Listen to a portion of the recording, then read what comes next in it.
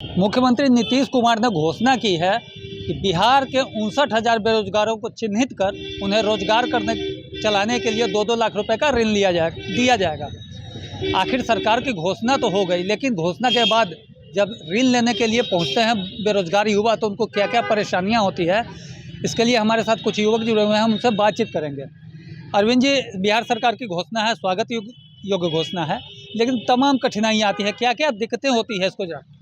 देखिए, सरकार की घोषणा बहुत सारे घोषणा है। स्टूडेंट क्रेडिट कार्ड, हम छात्र की बात करें, हम लोग छात्र हैं तो स्टूडेंट क्रेडिट कार्ड की बात हुई थी, लेकिन आज तक स्टूडेंट क्रेडिट कार्ड का अगर कोई डाटा ओरिजिनल दे दे तो हम मानेंगे कि सरकार ने जो घोषणा की स्टूडेंट क्रेडिट कार्ड से, जिसके माध्यम से बच्चे पढ़े, आज तक बहुत सारे बच्चे ने अप्लाई किया है, खासकर हमारे परिवार से भी, लेकिन नहीं मिला।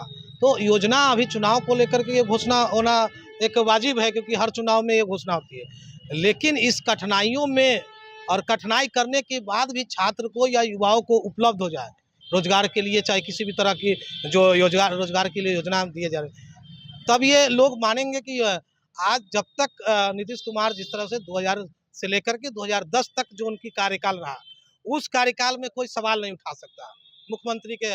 उसके बाद जैसे ही इनका कार्यकाल 10 से आगे बढ़ा है, 12 के बाद धरातल उनका धीरे धीरे गिरता जा रहा है। बिना गठबंधन के वो सरकार बिहार में नहीं चला सकते हैं, और अपने बदौलत भी आज स्थिति जो है उनका इस तरह का हो गया है कि किसको जिम्मेवार मानते हैं?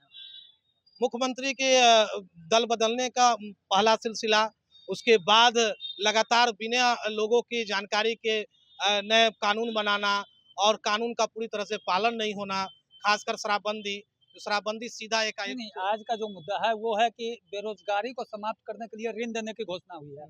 ऋण लेने में क्या क्या परेशानियां होती है? बेरोजगारी की यही बात तो हम भी कर रहे हैं कि जो भी ऋण लेने के पहले तो प्रोसेस की बात है, प्रोसेस करने में ही सारे लोग फेलियर हो जाएंगे। अगर बात ऋण लेने की बात होगी तो पहले आय प्रमाण पत्र, और आय प्रमाण पत्र जितने का सरकार कहती है इतने में हम देंगे, उतने का बनता ही नहीं है। सबसे पहला बात तो पहले चावल है ही नहीं, चाहे वो बासमती हो, चाहे अरबा चावल हो, चाहे सड़ा गला चावल हो, चावले नहीं है तो खाना पकेगा कैसे? तो भोज का न्योता देने से बेकार है, क्योंकि आय प्रमाण पत्र ही सबसे पहले नहीं बनेगा जितने पर ऋण देने की बात होती है। हमारे साथ कुछ और लोग जुड़े हैं। अमरिंदर जी हैं, खासकर सामाजिक मुद्दों पे हमेशा लड़ाई लड़ते हैं, समाज की बात करते हैं। सरकार ने घोषणा की है, सरकार की घोषणा स्वागत योग्य है, लेकिन जो परेशानियां आती है, क्या क्या परेशानियां आती है? देखिए, सबसे पहले आपको धन्यवाद जो इस तरह के कार्यक्रम आपने चलाया, और सरकार की जो भी घोषणाएं होती है वह स्वागत योग्य ही होती है, चाहे वह किसी की सरकार हो। लेकिन घोषणा जो है वह ज़मीन पर, धरातल पर इसका इम्प्लीमेंटेशन होता है कि नहीं होता है, ये सबसे बड़ा मुद्दा होता है। और अभी जो इससे पहले भी 94 लाख युवाओं को जो तेजस्वी प्रसाद यादव जी जिस समय डिप्टी सीएम थे उस समय भी घोषणा हुई थी। उसके बाद थोड़ा सा इम्प्लीमेशन की ओर बढ़ा, लेकिन मुख्यमंत्री जी दल बदल के तहत दूसरी अति पार्टियों में चले गए, भाजपा भारतीय जनता पार्टी के पास चली गई। उसके बाद उस प्रचार प्रसार करने लगे जो हम इसको देंगे, 94 लाख युवाओं को ऋण देंगे स्वरोजगार के लिए, तो वो कहाँ चली गई?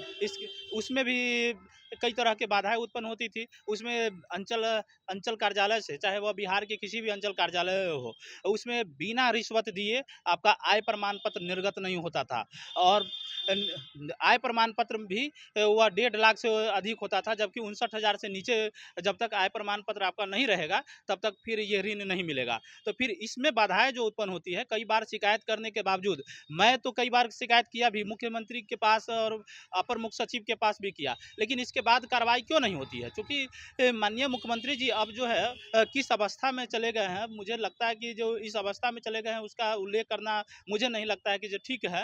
एक सवाल उठता है कि सरकार की घोषणाएं जो होती है उसको इम्प्लीमेंट क्यों नहीं किया जा सकता है? आखिर कहाँ दिक्कत हो रही है, कहाँ कौन दोषी है? देखिए, इसके लिए अगर प्रथम दृष्टया अगर देखा जाए तो सबसे पहले माननीय मुख्यमंत्री जी दोषी है, चूँकि माननीय मुख्यमंत्री जी स्वयं गिड़गिड़ाते रहते हैं। आपने आप जब कवर करते होंगे न्यूज़ चैनल में तो ये चीज़ देखने को मिलती होगी कि हमेशा माननीय मुख्यमंत्री जी किसी न किसी अधिकारी के पास गिड़गिड़ाते हुए नजर आते हैं, और सख्ती से कार्रवाई नहीं करते हैं, कई बार शिकायत के बावजूद भी कार्रवाई नहीं करते हैं। तो इसीलिए इस तरह की समस्याएं जो है वह उत्पन्न होती है, और दोषी अधिकारी पर कार्रवाई नहीं होती है। अधिकारी तो दोषी हैं ही, लेकिन दोषी अधिकारियों पर कार्रवाई नहीं करना उससे कहीं ज़्यादा दोषी है। तो माननीय मुख्यमंत्री जी इस तरह से लचर हो गए हैं कि अधिकारियों पर कार्रवाई नहीं करते हैं और उनके सामने में गिड़गिड़ाते रहते हैं, इसीलिए ज़मीन पर, धरातल पर इम्प्लीमेशन नहीं हो पाता है।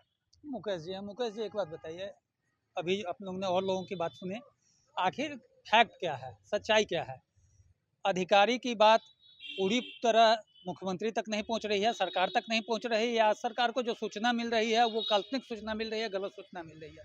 आखिर धरातल पे क्यों नहीं उतर पाता है कोई भी काम? इन सब का जिम्मेदार सिस्टम को दिया जाए तो बेहद ठीक रहेगा, क्योंकि जो नीतीश कुमार जब भी इलेक्शन का समय होता है तो वो घोषणा करना शुरू कर देते हैं। अमूमन देखा जाता है जिसकी भी सरकार होती है उसकी तरफ से घोषणाएं होने लगती है, लेकिन घोषणा उसको कहा जाएगा जो ज़मीन पर उतरता है। लेकिन मुख्यमंत्री की जो ऋण योजना है उसको यदि लेना हो तो आम आदमी को तमाम तरह की परेशानियों का सामना करना पड़ता है और उन सिस्टमों से होकर गुजरना पड़ता है जिस सिस्टम से आपको ऋण मिलने वाली है। तो यहाँ की जो सिस्टम है वो सिस्टम पूरी तरह भ्रष्ट हो चुकी है और नीतीश कुमार भी उसको अपने अधीन में नहीं रखे हुए हैं, जिसके कारण आम आदमी को इस तरह की परेशानियां झेलनी पड़ रही है। ऋण की बात करेंगे तो ऋण लेने से पहले आपको तमाम तरह की कागजात जो देनी पड़ती है वो देना होगा और उसके बाद आपको ऋण के लिए एक समय अवधि दी जाती है। लेकिन बात करेंगे ऋण की तो ऋण आम आदमी को आसानी से मिल जाए ये असंभव है। ये इसका पूरी तरह जिम्मेदार यहाँ की जो अफसरशाही है, जो सिस्टम है, मैं उसको देना चाहूँगा। हमारे साथ महिला उद्यमी भी जुड़ी हुई हैं। अब बात, आप तो अभी अपना व्यापार कर रही हैं, आपको कुछ ज़्यादा अनुभव होगा, आखिर क्यों परेशानी आती है, क्या क्या परेशानी आती है?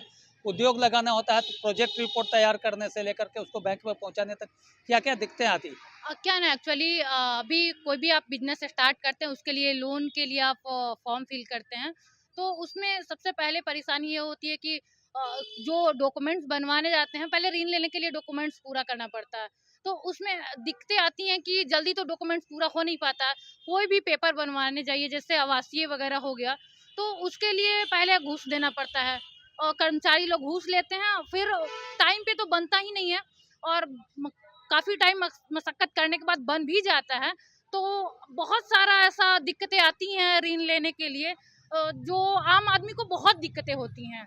बैंक का कैसा रवैया रहता है? मान लीजिए हमने लोन के लिए अप्लाई किया, सारी ज़रूरतों को पूरा किया, कागजात किए, बैंक में भी काफ़ी परेशानी है, बैंक की क्या स्थिति? बैंक की ऐसी स्थिति है कि अगर आम आदमी जाता है बैंक में, तो बैंक कर्मचारी पहले तो ये कहते हैं कि आप कल आइए, परसों आइए, ऐसे पहले तो वो दोहराते हैं और फिर काफ़ी मशक्कत करने के बाद वो काफ़ी मतलब दिक्कतें आती हैं। उसके बाद कहीं ना मतलब ऋण मिल पाता है उनको और फिर वैसे आम आदमी नहीं कर पाता है कि हम इतना दौरे। और बाकी क्या है ना कि इसमें सबसे पहले अभी घूसखोरी का ज़माना आ गया, तो पहले उनको घूस दिया जाए, उनका काम टाइम पे होगा, और घूस नहीं दिया जाए, उनका काम करने के लिए लोग सुनता ही नहीं है। ये थे हमारे साथ कुछ बेरोज़गार और कुछ युवा जिनके परिवार में कोई ना कोई बेरोज़गार है, और इनका जो लबो-लुआब रहा बातचीत का वो यही रहा कि सिस्टम, बिल्कुल सिस्टम दोषी है और सरकार का उस पर से नियंत्रण लगभग हट चुका है। ज़रूरत है कि पहले सिस्टम को सुधारा जाए, अधिकारियों की जो मनमानी है उसमें सुधार लाई जाए और उसके बाद सरकार की घोषणाएं हों। मुजफ्फरपुर से न्यूज़ 24 के लिए मुकुल कुमार।